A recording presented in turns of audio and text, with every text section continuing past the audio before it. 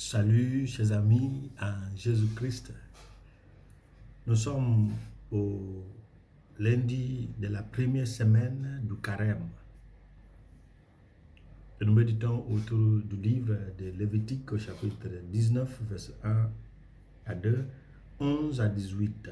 Somme chapitre 19, 8 à 9, 10 et 15. L'évangile selon saint Matthieu chapitre 25, verset 31 à 46. Et nous méditons autour du thème, le grand jour du jugement. Selon pape Paul VI, le pape Paul VI, le monde réclame et attend de nous simplement de la vie, l'esprit de prière, la charité envers tous, spécialement envers les petits et les pauvres, l'obéissance et l'humilité, le détachement et le sacrifice de soi. Sans cette remarque de sainteté, notre parole aura du mal à toucher le cœur des hommes modernes. Pape Paul VI. Aujourd'hui, Matthieu nous donne une idée imagée de ce qui se passera le dernier jour, le jour du jugement.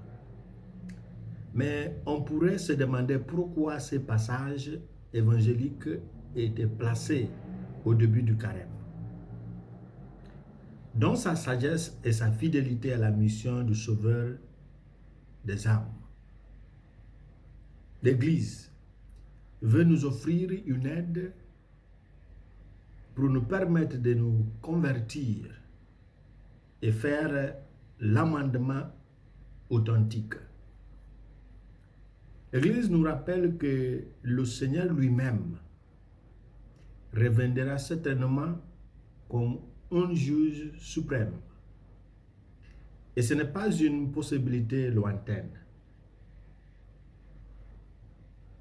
Nous serons jugés individuellement sur la base fondamentale du critère du véritable amour, sur la forme d'œuvre de miséricorde.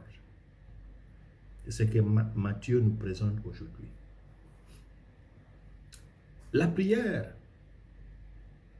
ne doit pas remplacer les bonnes œuvres. Le jeûne ne doit pas remplacer la prière.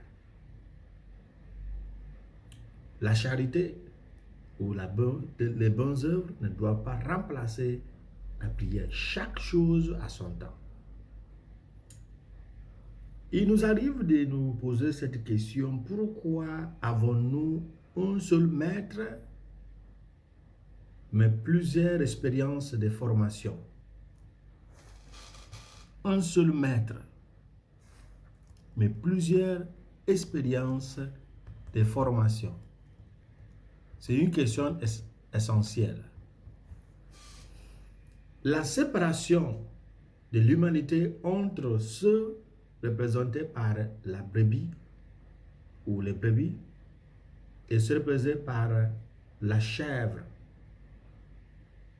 nous dit que chacun doit être jugé selon l'expérience personnelle de Jésus et la manière dont nous avons coopéré avec et à la grâce reçue.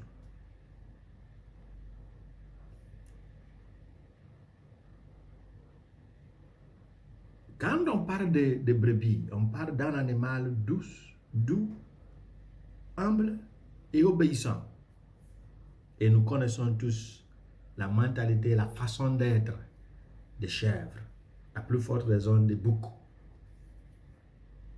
Ce jour-là, nous comprendrons pourquoi l'Église, dans le Confiteau, je confesse à Dieu, nous dit ceci. Je confesse à Dieu Tout-Puissant. Je reconnais devant mes frères et sœurs que j'ai péché en pensée, en parole, par action et par omission. Oui, j'ai vraiment péché et c'est pourquoi je supplie la bienheureuse Vierge Marie, les anges et les saints, et vous aussi mes frères et sœurs, de prier pour moi le Seigneur notre Dieu.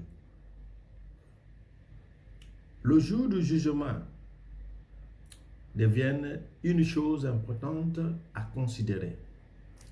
Et si vous revoyez le Confite Deo, vous allez comprendre la sagesse de l'Église autour de ce sujet de péché, personnel et communautaire.